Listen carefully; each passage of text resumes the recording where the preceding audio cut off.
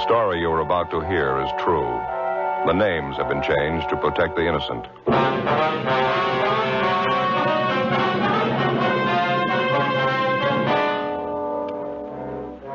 You're a detective sergeant. You're assigned a robbery detail.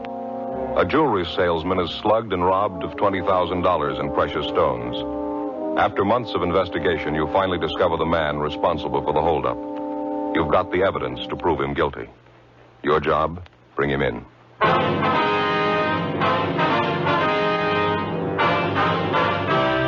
Dragnet, the documented drama of an actual crime. For the next 30 minutes, in cooperation with the Los Angeles Police Department, you will travel step by step on the side of the law through an actual case transcribed from official police files.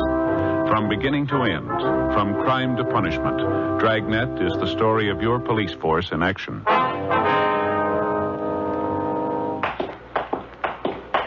It was Thursday, July 18th. It was sultry in Los Angeles. We were working the day watch out of robbery detail. My partner's Ed Jacobs. The boss is Captain Didion. My name's Friday. It was 1:35 p.m. when we got back to the city hall, the interrogation room. So long, Mr. Garvey. Yes, all right. You want to call the captain, Ed? Let him know we're back? Okay. Thanks. I'd still like to know what this is all about, Sergeant, dragging me down here in the middle of the day. I've got an office. Just a minute, Mr. Yeah, I just got back. Mm-hmm. All of them? Good. Yeah, the interrogation room, right. The others check in yet? Yeah, they're all back. Worked out fine. Would you please explain what this is about, why you've brought me down here? We think you know why. I don't. I haven't any idea. You take me away from my store on a busy day. You put a police guard on it. You insist on bringing me down here. What's it all about? Tell me. No, you tell us, Mr. Garvey. Tell you about what? The jewel robbery 9 months ago, that holdup. What holdup? My store hasn't been We're talking robbed. about your friend, Thomas Ashley. Ashley? What about him? We think you remember it 9 months ago, parking lot back of the building down on 4th Street. Oh, sure. Some hold-up man slugged him, stole his case of samples. I remember it now. Poor Tom, the thief made a big haul, didn't he? Unset diamonds, $20,000 worth. I remember it now. I don't think Tom's gotten over it yet. I was a jewelry salesman for the same company at the time, you know. Same company Tom was working for. And Yeah, we know all that. some of the big bosses thought Tom had a hand in it. They figured it was a put-up job. Nothing was further from the truth. That's so.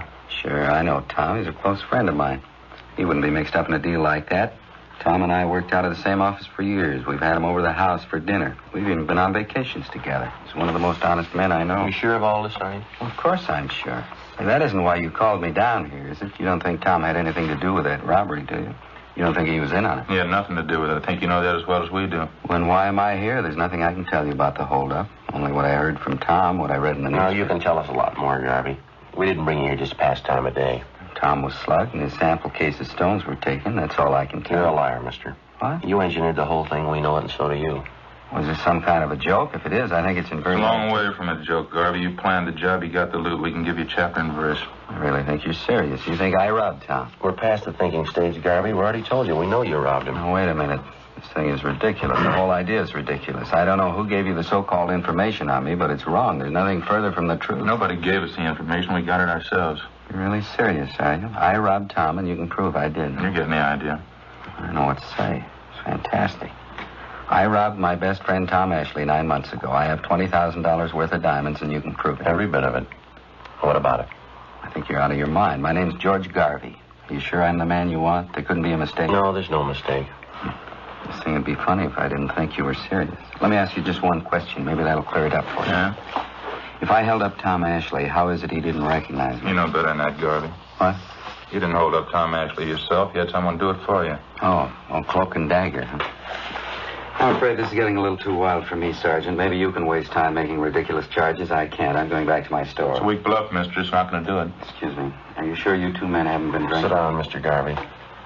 I told you I'm going back to my store. Sit down. Look, you have no right to keep me here. These are ridiculous charges. You think I'm one of those cheap hoodlums you're used to dealing with. No, now come off it, mister. You got a $5,000 car and a $40,000 home. That doesn't rate you a special treatment. You're a thief, and you know it as well as we do. I don't have to take this from you. You haven't got much choice. We just finished 5 months' legwork proving it. Proving what? All right, now sit down there. You engineered that holdup. We know who you got to do it. We know how it was carried out. We know how you planned on disposing of the diamonds. We know who your fence was. We know what the split was. We know what you did with part of the money. We know how much you got left. Is that right? Yeah, that's right. What can I say? I don't even know what you're talking about. Any way you want it, Mr. Garvey. Maybe you'd like to tell me why I did all this. You know it better than we do. No, I mean it. Tell me. You weren't making enough money at your job to suit yourself, suit your wife either. That's pretty good. Marilyn would get a big kick out of that. All right, fella, we can wait it out as long as you want. We spent 9 months on this already. Another few days aren't going to make that much difference. Just as a matter of curiosity, how'd you first start off on this tangent? Whatever gave you the idea that I had anything to do with the holdup? When you started to spend money. New car, new office for yourself, fur coat for your wife, transferred your 2 children to that private school. And that makes a holdup man out of me because I wanted to send my kids to a better school? Where'd the money come from? Can you explain that? Don't you think that's my business, Sergeant, where I get my money, what I do with it? Not when you get it stealing. I'm afraid you're going just a little too far. You insist I'm a thief. I'm going to insist you prove it. All right. Have a look over here, Mr. Garvey. Yeah? Some of the reports on the investigation. Reams of them. They cover everything from the time of the jewel robbery up to late yesterday. It's all right there. Everything from the crime report to signed statements. Well, how would that concern me? 3/4 of the stuff concerns you. Have a look for yourself. I still can't get it straight in my mind. What makes you think I had anything to do with that robbery? You know what this is, Mr. Garvey, this machine right here? No? Some kind of recording apparatus? That's right. It's a tape recorder. You've been taking down this conversation, and why? No, not this one. We've been recording every conversation that took place in your office for the last 4 months, every word. What do you mean? Just that, Mr. Garvey. Every time you talked on the phone, every visitor you had, it's all down on tape. 25 reels of it. Interesting. Is that supposed to frighten me? No, we don't care if it frightens you or not. Something else here. Yes? Reports on what you've been doing for the last 4 months. Daily reports, every movement you made. That's so. Everywhere you went, everybody you talked to, everything you did. Want to hear a sample? This must be some kind of a joke. That's the only explanation I can think of. May 12th, Thursday. Sergeants Bitteroff and Rafferty. Those are the 2 officers who were tailing you at the time. You checked in at your new office at 9:38 a.m. At 10:03 a.m., you had a visitor, a Kenneth Tyson. You talked to him in your office. Conversations recorded. Tyson left at 10:18 a.m. At 10:32 a.m., you left your office. If you're trying to impress me, I'm afraid it isn't working out very well. You care for a cigarette, Garvey? No, thanks. I have my own. All right. Well, I've wasted enough time. Exactly what's the point of all this? Pretty simple. You're responsible for a robbery. We can prove it. We're giving you the chance to make a statement. It's nonsense. Is it? Of course, people following me, checking everything I do, where I spend my money, where I send my kids to school. What's it all about? It doesn't make any sense. All right, Mr. Garvey, we've said it before. We can wait it out as long as you want. Look, let's get this thing straight. Let's go back to the beginning and take it step by step. That's fine. The holdup was last fall, wasn't it? Sometime in October? October 7th, Monday, 5:20 in the afternoon. All right, now just what am I supposed to have done? None of your vague references about a new coat for my wife or where I send my kids to school. Let's have some facts. Joe? All right, Mr. Garvey.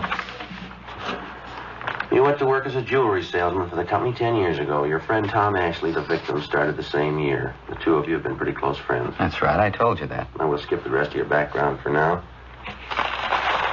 2 weeks before the robbery on September 24th, you had a meeting with a Kenneth Tyson. You met in a cafeteria on South Broadway.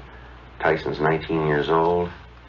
Lives with an older sister. He works in a gas station on Olympic Boulevard. He's done some work on your car for you. That's how you happen to know him. Yes, I think I remember the boy. I don't know him well, though. I don't recall the meeting either. No, you know the boy very well. At the time of the meeting, you promised him $1,000 if he'd hold up your friend Tom Ashley. Ridiculous. Tyson agreed to it, and you briefed him on the plan. The following day, you gave him a gun. .32 caliber Smith & Wesson, serial number 362744. Nonsense. Where did you get that information? Tyson. Well, he's lying. Believe me, if he told you that, he's lying. Is he the one who robbed Tom?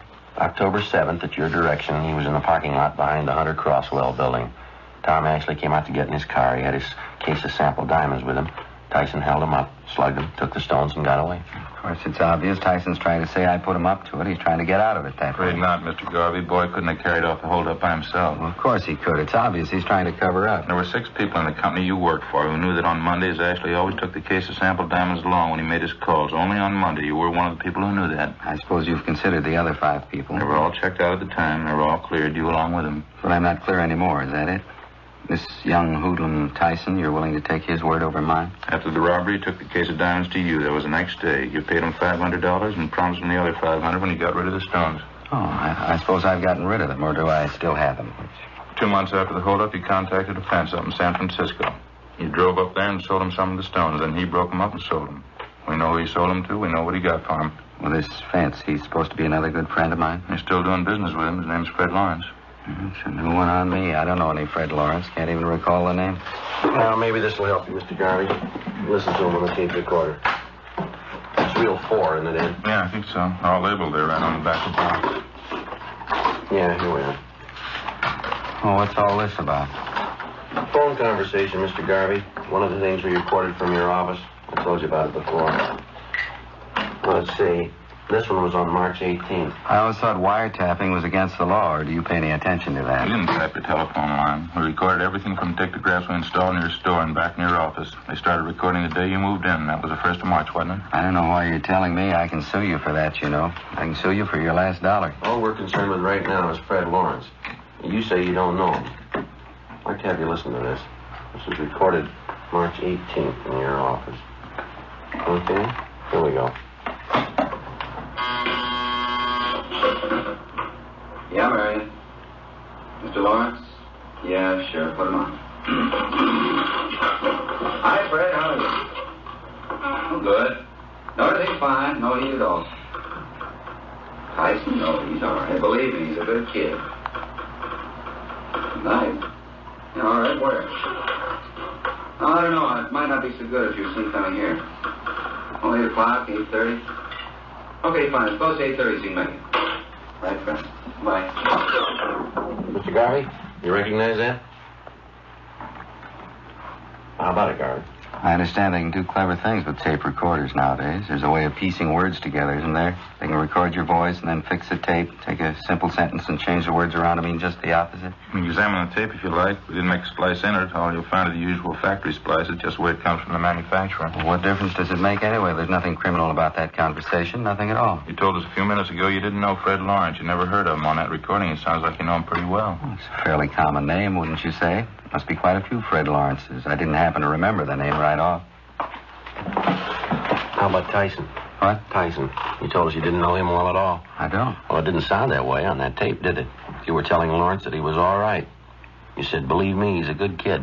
Now, what you said, now how about it, mister? How about what? Is this some kind of a frame? What are you trying to make me say? We're not going to make you say anything, Garvey. We work robbery detail. That's the job. Robberies. They pay us to clean them up. I can pay you. What? Never mind. I didn't mean that. I meant I pay my taxes. I pay your salaries. I help to, anyway. I don't know why I have to be treated like this. No reason to make a big headache out of this for anybody, Garvey. Now, you engineered a holdup. We can prove that. We're giving you a chance to make a statement. That's all we want here. I've got nothing to say. Make a statement about what? All you're going on is hearsay, circumstantial evidence. You can't say I planned that robbery. Well, you admit you know Tyson. You know him well. I don't. I admit nothing. What about the phone conversation? It's a fake. They phony those things up all the time. You know it as well as I do. You admitted you know Fred Lawrence. We proved that from the recording. I admit nothing. You don't even know Tyson. Is that what you want to say? I know him, that's all. He worked on my car a couple of times. I don't know him well. All right, sir. I'd like to play you another recording. It's a waste of time. I haven't got the whole day to spend here. I got to get back to my store. I've got a business to operate. Well, this won't take very long. Yeah, here we are. April 5th. It's a lot of foolishness anyway. How do I know you made those recordings? You could have gotten actors. Maybe made them up yourselves. There weren't any dictographs. How'd you make those things? There were dictographs, Mr. Garvey. Remember, before you moved into that new suite of offices, you had them redecorated? Yes. There were sound technicians from our crime lab out there working side by side with the painters and carpenters. They installed dictographs in your store and back in your offices. They bugged the entire place. Wiretapping. I'll bring this into court if it's the last thing I do. Look, now, we already told you, Mr. Garvey, it's not wiretapping. We didn't touch your phone lines. We didn't have to. It's invasion of privacy. I'm going to take this into court. Yeah, well, let's listen to this recording. Might clear up a few things. Clear up what? What are you trying to prove? Okay, Joe? Yeah, it's coming in here now. Date on this is April 5th.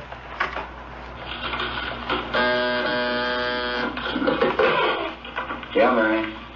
Who? Tyson? Well, does he know I'm in? Yeah, okay, send him back.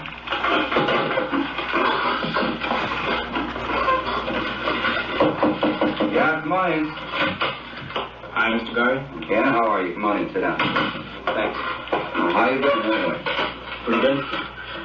Trying to get a hold of you last week or so. Hard to do. You're not in very much. Pretty busy, yeah, Ken. This time of year, you know, it keeps you going. No, I don't want to waste any time. I'd like to know how the deal's working out, though. Going back east to Albany next month. I'd like to get the rest of my money if I could. Well, it's just like I told you the last time, Ken. I'm sending the stuff north. I hope to hear in a couple of days. Yeah, I know. That's what you told me before. It was a pretty heavy job. I could use the money.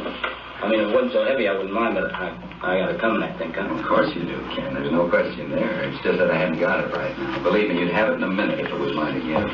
Yeah, but that was the agreement, wasn't it? 500 before the job, 500 after, and have them last October. That's a pretty good stretch. Now, look, Ken, I told you the truth. I just haven't got it. Now, why don't you drop back in a week or so? How about it, Mr. Garvey? What do you say to that? It's ridiculous, that's all. It's an obvious fake. You can look at the tape if you like, inspect it. You can check every one of those 25 reels. We'll play every one of them for you if you want. Fakes, and they're bad ones at that. Now, look, I'll give you both a chance. Either you book me in on a charge or else release me. You try booking me in, and I'll sue you for false arrest. I'll break you. I'll sue you blind. I can promise you that. Uh-huh. Release me, and I'll get back to work. I'll forget all about it. Now, you name it. Which one? Book me in or release me? Oh, that's fair enough. You're going to give us a choice, huh? You bet it's fair. You could get in a lot of hot water. Now, it's up to you. Which one? You ran a bad bluff, mister. What? We're booking you in. Thursday, 3:55 p.m. Ed Jacobs and I continued questioning the robbery suspect, Ernest Garvey. Despite the evidence at hand, he still refused to admit any knowledge of the $20,000 jewel theft 9 months before. The questioning went on. Garvey's answers became more and more confused. We kept pressing, laying out the case against him step by step. 4 p.m., 4:30. We stayed at it.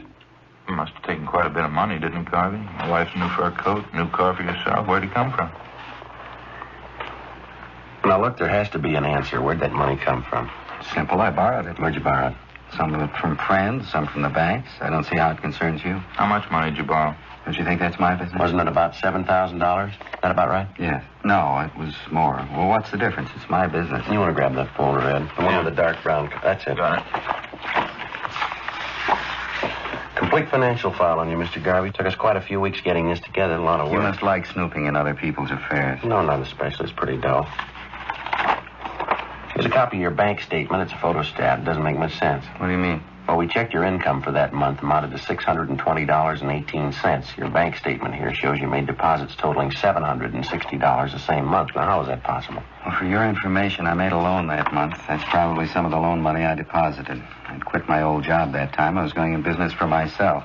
I needed the money to redecorate the new store and the office. It's as simple as that. Yeah. The photostats of your loan papers right here. Loan was for $2,000. The month right. before that, February, for $3,000. Made another one in April, too. That was for $1,500, different bank again. That's right. Do we have to go over this line by line?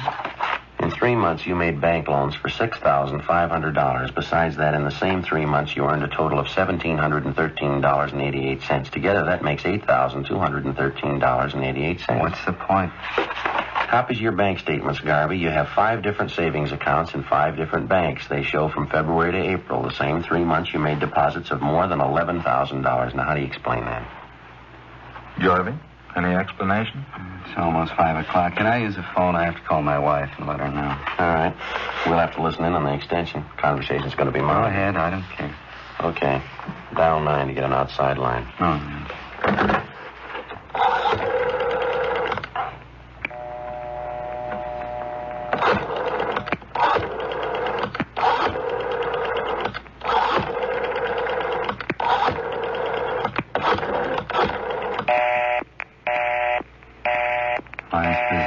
Photostats are there for you to examine them, Garvey. I see him. You want to give us an explanation? You only had $8,200. How could you bank $11,000? It had to come from somewhere, didn't it? Purely a personal matter, that's all. I borrowed $3,000 from a brother of mine who lives back in Minnesota. You'd already made 3 loans. Why'd you have to borrow from your brother? You mind telling us? Yes, as a matter of fact, I do. Well, that still doesn't balance the books, Mr. Garvey. You earned and borrowed $8,200. You got another $3,000 from your brother, you say. That's $11,200. You banked $11,000. Yes, that's right. You always have to repeat. That'd leave you with $200. You and your family lived for 3 months on $200? Is that Why it? not? That could easily be. A lot of people do it. Yes, sir, but not your family. I'm getting sick and tired of this. You trying to tell me you know my family better than I do, what they eat, what they spend, what it takes to support them? We've been on this thing for 9 months, Garvey. We've put in a lot of hours. We know your family pretty well. If you'd like, I'll tell you the last time you ordered steak from the meat market when you paid your gas bill, the last time your wife bought a pair of shoes. I guess this is standard procedure for you. I'm threatening people. We're not threatening you, Mr. Garvey. We're giving you facts. Here's another file here. It took us over a month to get this one together. Complete record of your expenses from February 1st. Covers February, March, April, May, June. I hope the police department has a good lawyer, Sergeant. You've got a fair warning. You say you and your... I'm sorry, go ahead. I hope the police department has a good lawyer, Sergeant. You've got fair warning. I'm going to sue you for your last dollar. When you say you and your family lived 3 months on $200, that doesn't jive with what we've got here.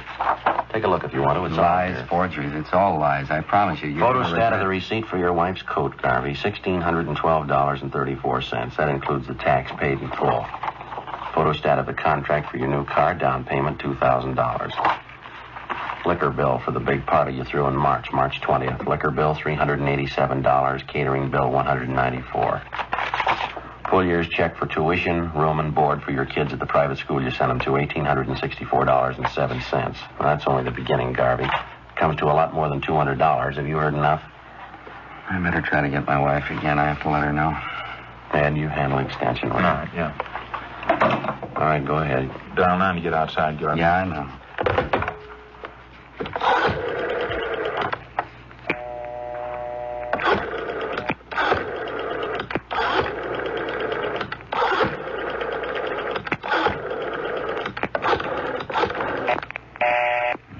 Still talking. She might know I'm trying to get her, stupid. Well, wait a couple of minutes. She'll get through. Gabbing on the phone all day long, gab on the phone and play cards. That's all she ever Got does. some more figures here for you, Garvey. Be a good idea if you hear them.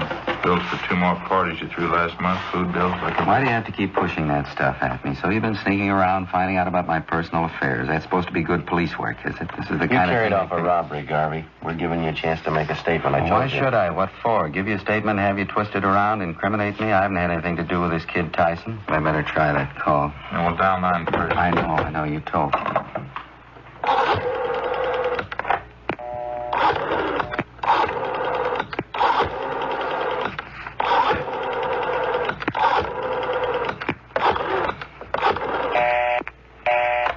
What's the matter? What's the matter with her? Stupid. She ought to know I'm trying to get her. What's the matter, Garvey? Don't forget down line.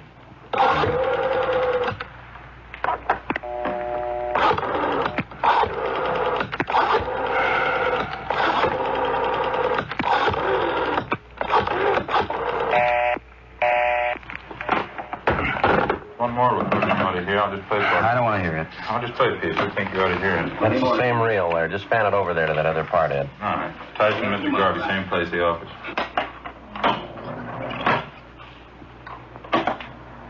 But you told me on the phone, you said you'd have the dope for me today. You said today's sure. Now, wait a minute, Tyson. I didn't say that at all. I said maybe I'd have it for you. I didn't say definitely. Look, I can't give you what I haven't got. I want the 500, Garvey. I need it. I stuck my neck out on a robbery job. I get 5 to life. All right, Ed. Get me. You be Couldn't be any plainer. Now, what do you say? Wait a minute, just a minute. Down line.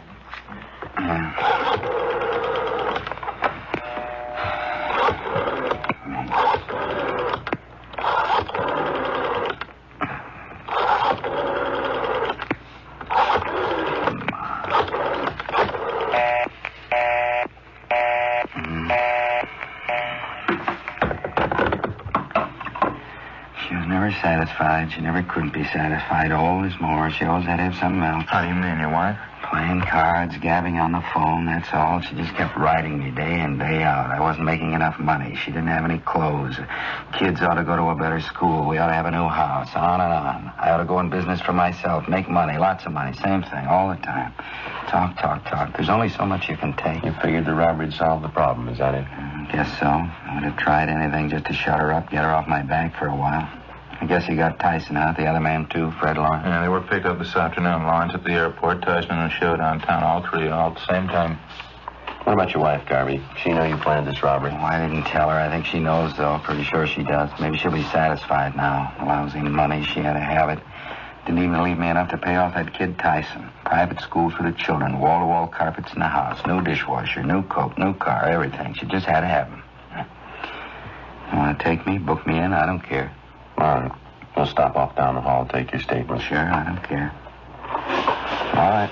Let's go. Oh, say, just a minute, huh? Yeah. It'll only take a minute.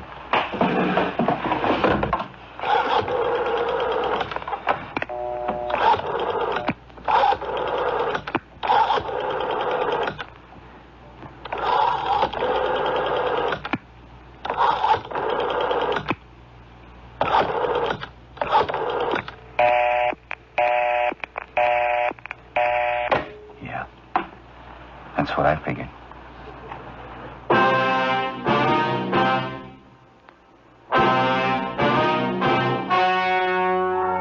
The story you have just heard was true. The names were changed to protect the innocent. On November 4th, trial was held in Superior Court, Department 87, City and County of Los Angeles, State of California. In a moment, the results of that trial.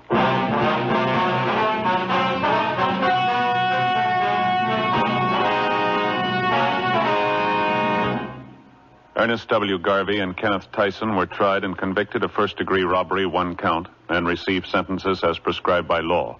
Fred Lawrence was tried and convicted of receiving stolen property, 1 count. First-degree robbery is punishable by imprisonment from 5 years to life. Receiving stolen property is punishable by a prison term of not more than 5 years.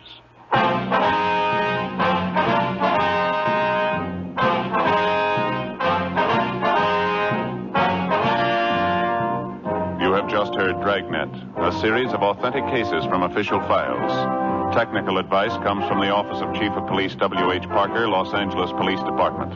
Heard tonight were Barney Phillips, Vic Perrin, and Eddie Firestone. Script by Jim Moser. Music by Walter Schumann. Hal Gibney speaking.